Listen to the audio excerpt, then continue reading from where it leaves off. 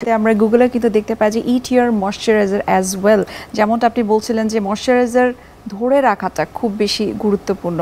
সেই ময়শ্চারাইজারটা আসলে কী ধরনের ময়শ্চারাইজার হবে বা কার স্কিন কী ধরনের হলে সে স্পেসিফিক ওই প্রোডাক্টটা ইউজ করতে পারবে?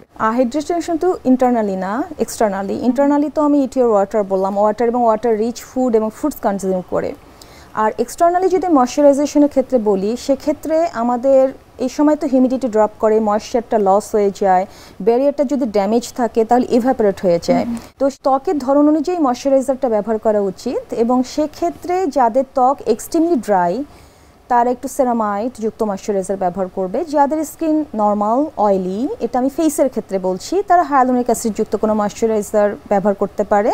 হ্যাঁ, তবে ময়শ্চারাইজারের ক্ষেত্রে ডে টাইম এবং নাইট টাইম এটা ভ্যারি করে। ময়শ্চারাইজারের ক্ষেত্রে এটাও আমরা দেখি বা চুজ করি বা অ্যাডভাইস করি, সেটি হচ্ছে কনসার্ন এবং সাপোর্টিভ। কারো স্কিনে যদি পিম্পল থাকে, ব্রন থাকে, মেলাজমা থাকে, হাইপার পিগমেন্টেশন থাকে বা অ্যান্টি এইজিং, এর জন্য আমরা যে ময়শ্চারাইজারের ইনগ্রেডিয়েন্ট, অ্যাক্টিভ ইনগ্রেডিয়েন্ট, সেগুলো হচ্ছে কনসার্ন। আর এর ছাড়াও আমরা নর্মাল হাইড্রেশন এবং ময়শ্চার লকের জন্য যে ময়শ্চারাইজারগুলো অ্যাডভাইস করে থাকি সেগুলো হচ্ছে সাপোর্টিভ।